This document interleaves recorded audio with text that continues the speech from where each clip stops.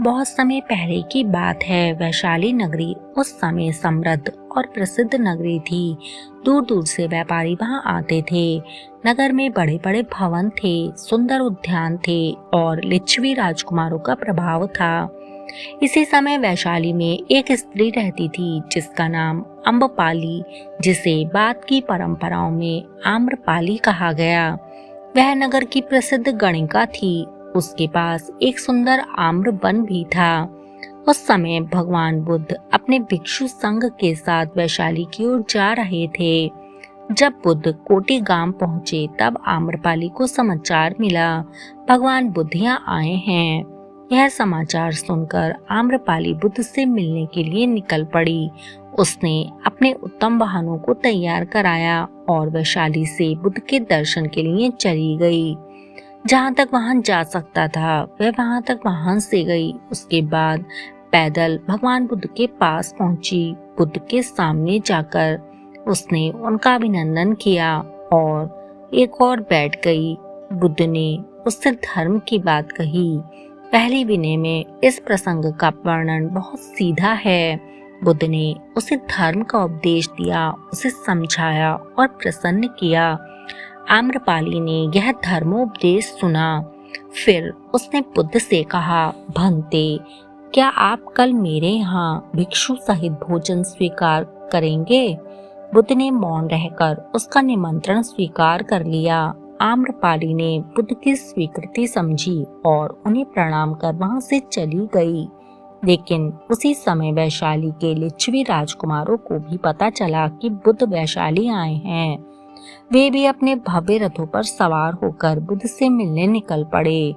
अब एक विचित्र परिस्थिति बन गई। एक और वैशाली के शक्तिशाली राजकुमार बुद्ध को अपने यहाँ भोजन के लिए आमंत्रित करना चाहते थे और दूसरी ओर आम्रपाली पहले ही बुद्ध को निमंत्रण दे चुकी थी।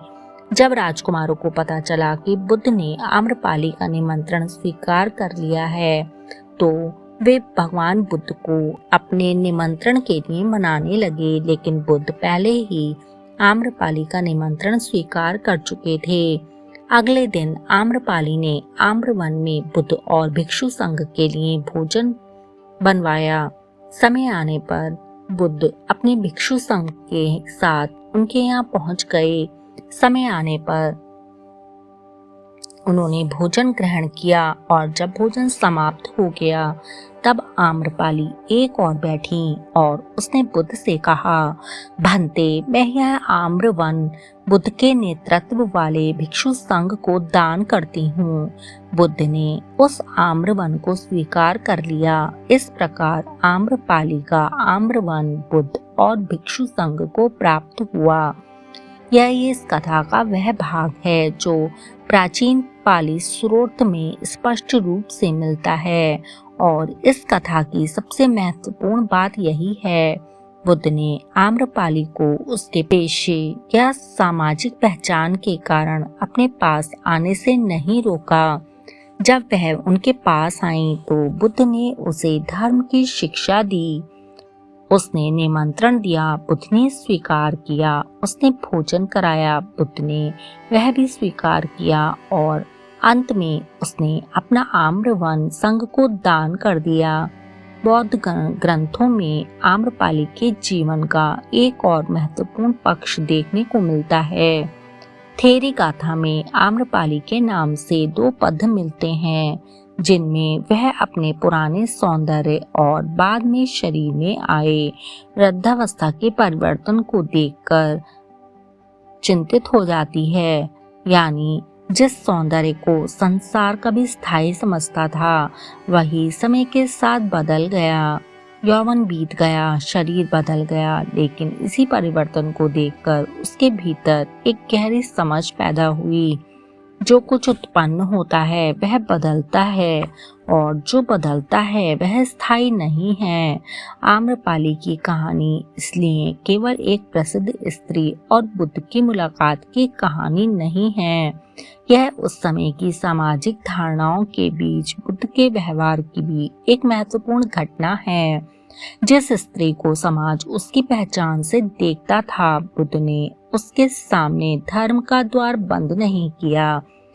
उन्होंने उसके साथ उसी तरह धर्म की बात की जैसे दूसरे लोगों के साथ करते थे और आम्रपाली ने भी केवल सुनकर बात समाप्त नहीं की।